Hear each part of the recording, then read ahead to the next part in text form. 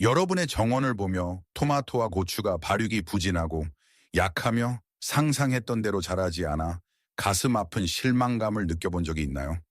그러다 이웃의 정원을 슬쩍 보고 굴고 푸른 식물들과 무거운 열매, 튼튼한 줄기를 보며 그들이 알고 있는 당신이 모르는 비밀이 무엇인지 궁금해 합니다.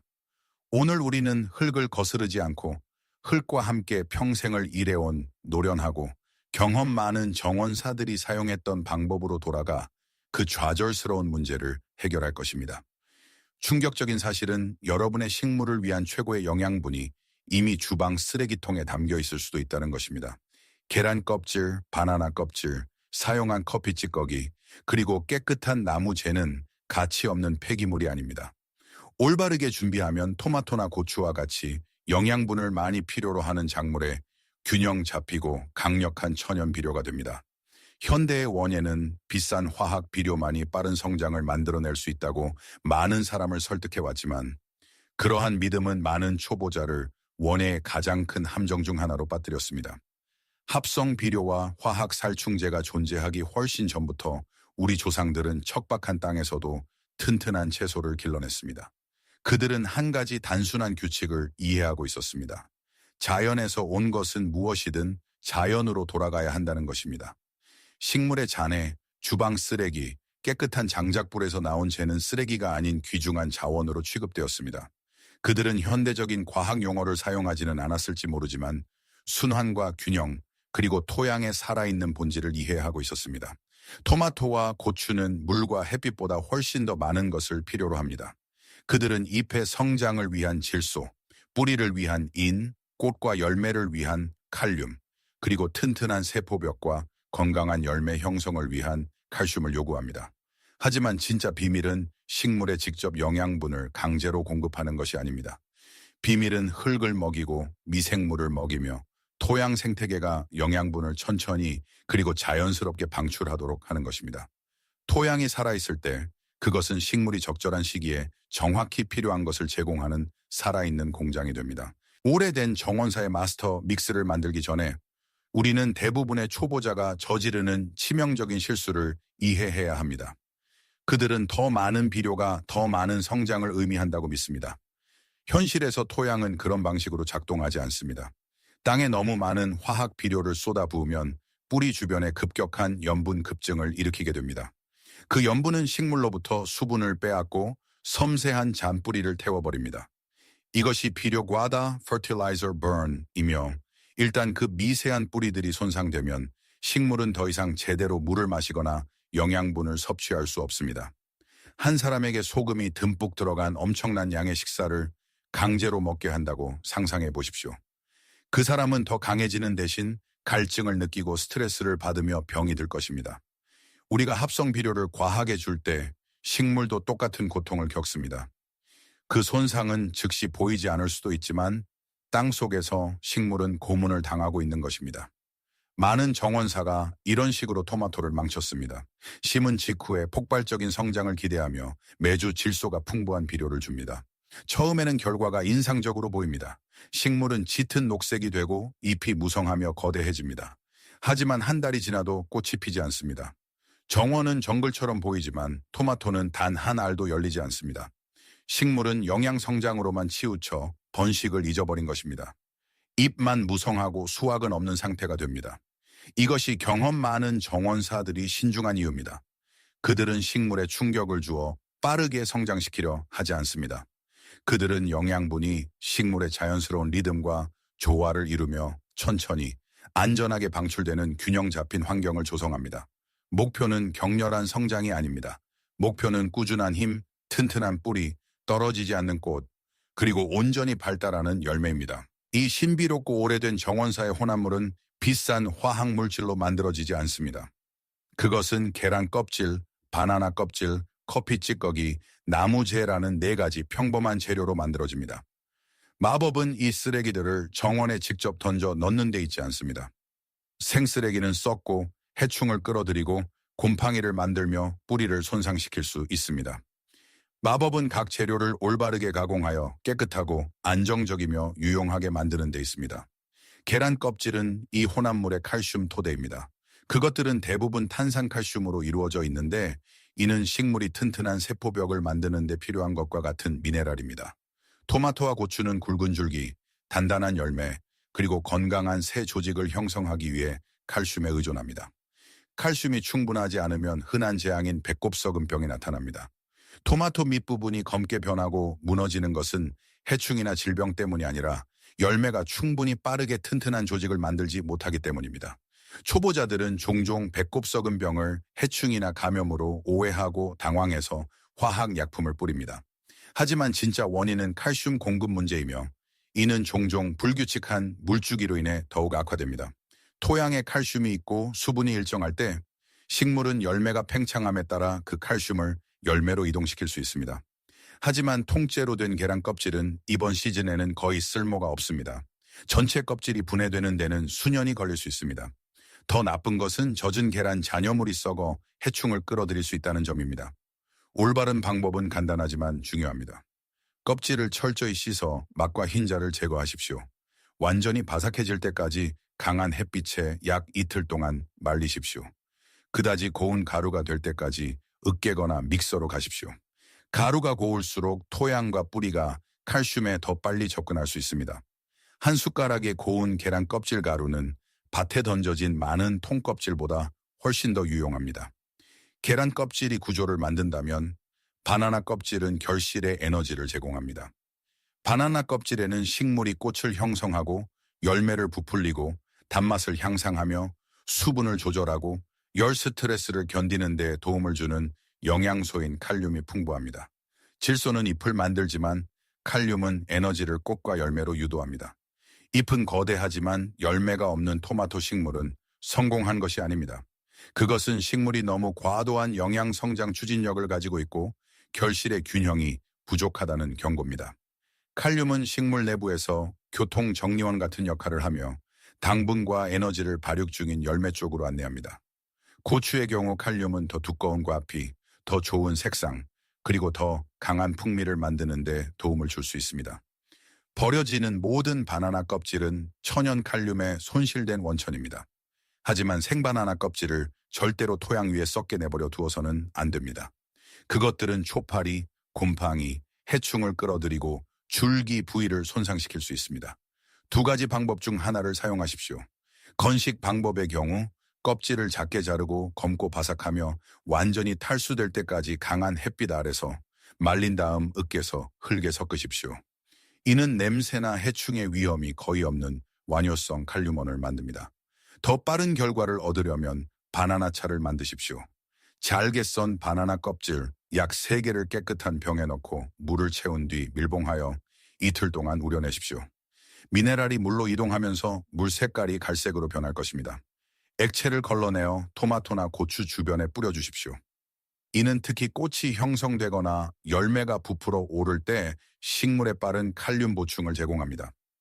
세 번째 기둥은 사용한 커피 찌꺼기입니다. 그것들은 소량의 질소를 함유하고 있지만 더 큰 가치는 물리적인 면에 있습니다. 커피 찌꺼기를 말려 흙에 섞으면 미세한 공기 공간을 만드는 데 도움이 됩니다. 이 공간들은 뿌리가 숨을 쉬게 하고 물이 고르게 이동하게 하며 흙이 딱딱한 덩어리가 되는 것에 저항하게 합니다. 좋은 흙은 단지 영양분만 풍부한 것이 아니라 개방적이고 통기성이 있으며 살아있어야 합니다. 커피 찌꺼기가 너무 산성이라 식물을 죽일 것이라는 흔한 신화가 있습니다. 신선한 커피는 산성일 수 있지만 그 산성의 대부분은 추출 과정에서 제거됩니다. 사용한 커피 찌꺼기는 중성에 훨씬 가깝고 올바르게 사용하면 안전할 수 있습니다. 지렁이들도 그것들을 매우 좋아하며 지렁이가 유기물을 섭취하면서 토양을 자연적으로 풍요롭게 만드는 분변토를 생성합니다. 위험은 커피 찌꺼기를 젖은 상태로 두꺼운 더미로 사용하는 데서 옵니다. 젖은 찌꺼기는 뭉치고 곰팡이가 생기며 물과 공기를 차단하는 딱딱한 층으로 굳어질 수 있습니다. 이를 피하려면 찌꺼기를 쟁반이나 신문지에 얇게 펴서 직사광선에서 하루 이틀 동안 말리십시오. 마른 모래처럼 손가락 사이로 흘러내리면 준비된 것입니다. 그런 다음 흙 10대 커피 찌꺼기 1 정도의 희석된 비율로 흙에 섞으십시오. 절대로 두꺼운 층으로 쏟아붓지 마십시오. 마지막 재료는 깨끗한 나무 재입니다. 이것은 강력하며 절제해서 사용해야 합니다. 가공되지 않은 생나무나 마른 잎에서 나온 순수한 재에는 칼륨, 인, 그리고 미량 미네랄이 들어있습니다. 이는 뿌리가 더 깊고 넓게 확장되도록 도와 식물이 더 많은 물과 영양분에 도달할 수 있게 합니다. 재는 또한 민달팽이나 몸이 부드러운 해충들이 건조하고 거친 가루를 싫어하기 때문에 그들에 대한 가벼운 장벽을 만들 수도 있습니다. 하지만 재는 잘못 사용하면 위험해질 수 있습니다. 바비큐용 브리켓, 페인트 칠된 나무, 처리된 목자에 또는 기름진 요리용 불에서 나온 재는 절대로 사용하지 마십시오. 그러한 재료에는 토양을 중독시킬 수 있는 화학 물질, 염분 및 오염 물질이 포함될 수 있습니다. 깨끗한 나무 재만이 허용됩니다.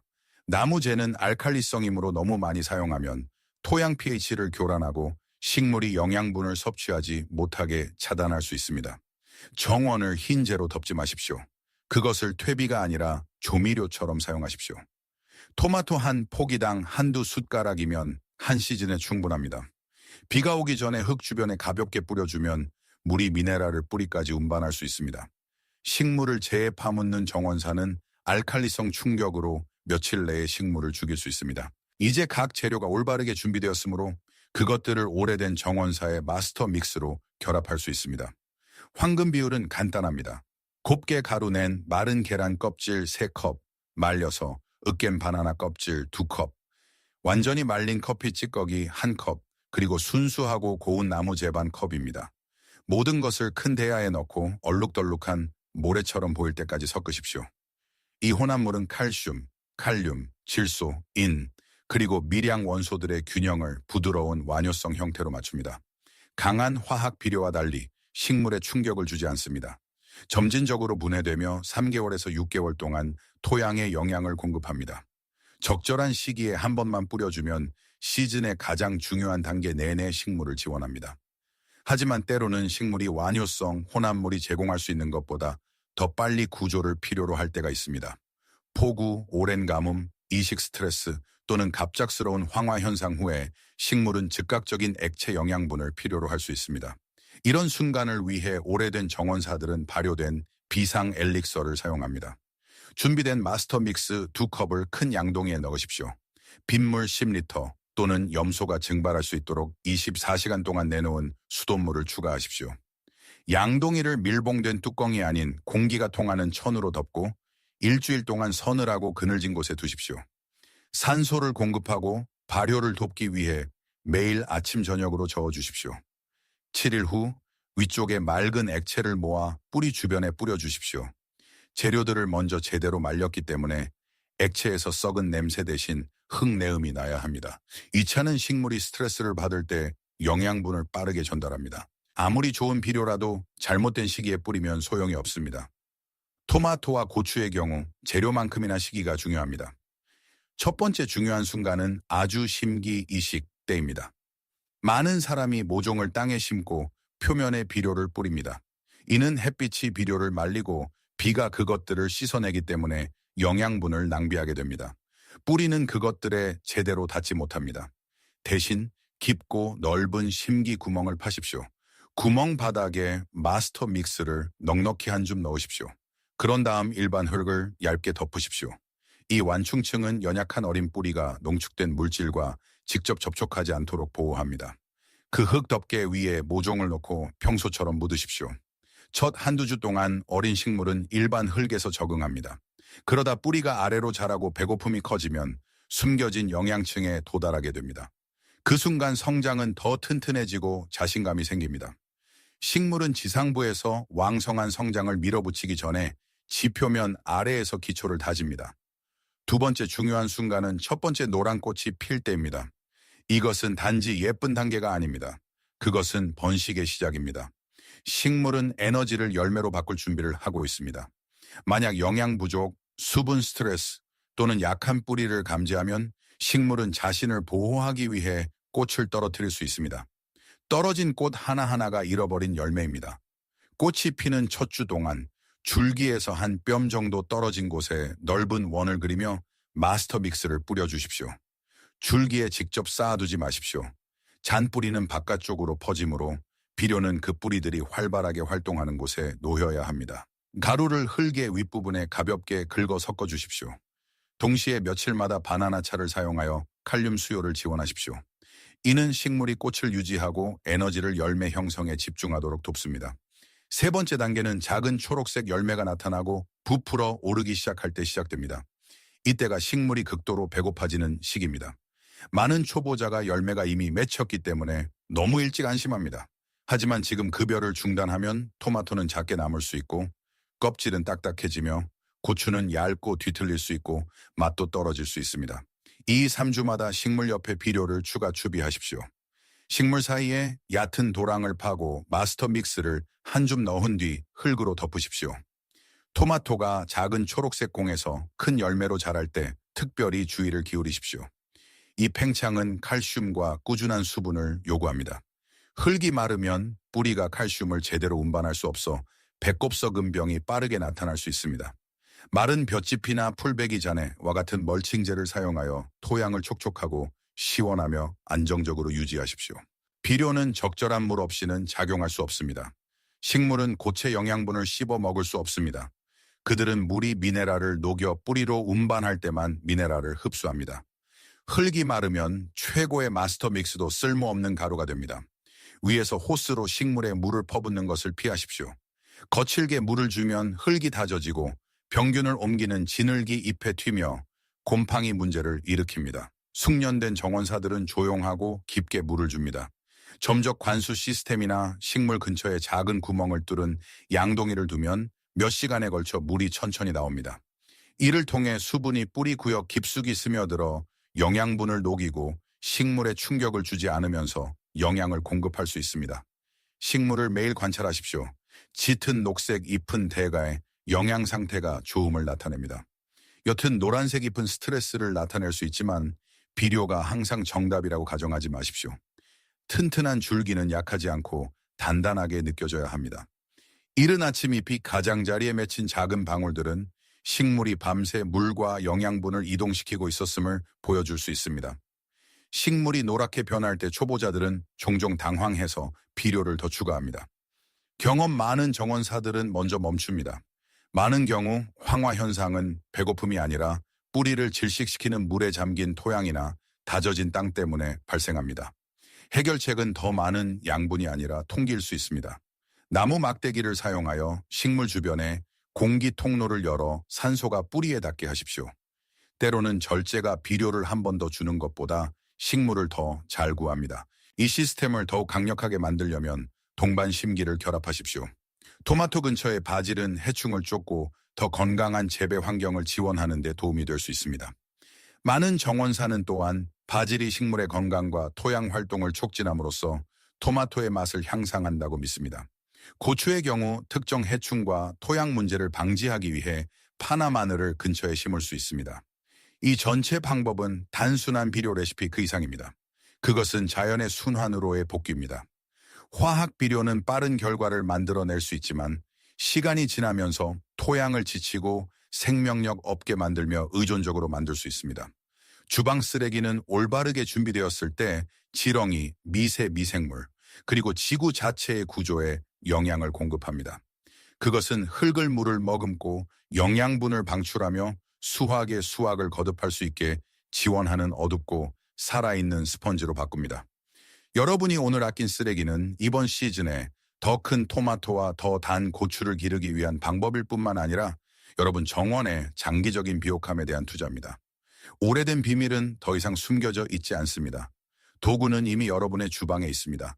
계란 껍질, 바나나 껍질, 커피 찌꺼기, 그리고 깨끗한 나무재는 여러분이 그것들을 올바르게 준비하고 적절한 시기에 적용하며 살아있는 토양이 일하게 한다면 약한 식물을 번성하는 수확물로 변화시킬 수 있습니다.